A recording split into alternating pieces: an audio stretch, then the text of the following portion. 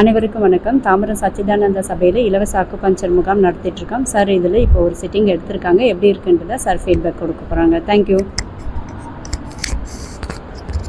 இதற்கு என்னுடைய நன்றி கலந்த வணக்கத்தை தெரிவிச்சுக்கிறேன். நான் இளவரசு, சென்னையில் மன்னிவாக்கத்திலேருந்து வந்துட்டுருக்கேன்.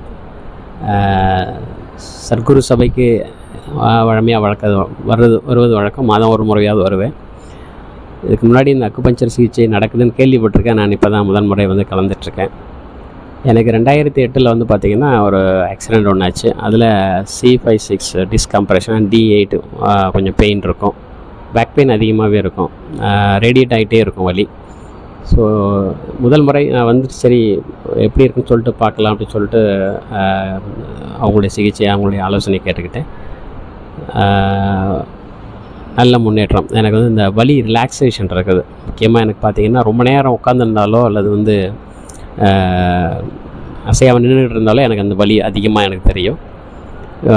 ஜஸ்ட் போட்டு முடித்த பிறகு அந்த ரிலீஃப் தெரியுது. எனக்கு சிகிச்சை அளித்த சகோதரி வரலட்சுமி மற்றும் அந்த குழுவினருக்கு என்னுடைய மனமார்ந்த நன்றி.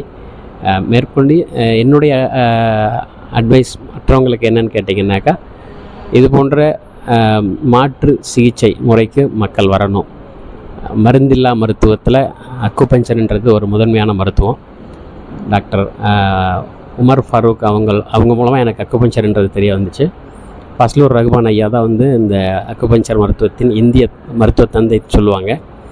ஸோ அவங்கெல்லாம் அலோபதி மருத்துவத்தில் மிகப்பெரிய ஞானமடைந்து கடைசியாக மருந்தில்லா மருத்துவமான இந்த அக்குபஞ்சர் மருத்துவம் மக்களுக்கு பக்க விளைவில்லாத முழுமையான பூர்வமான ஒரு குணப்படுத்தும், நோயை குணப்படுத்தும் அப்படின்றத மக்களுக்கு சிகிச்சை மூலமாக அவங்க நிரூபிச்சிருக்கிறாங்க. மக்கள் நிறைய பேர் பலனடைஞ்சு அதை பதிவும் செய்திருக்காங்க.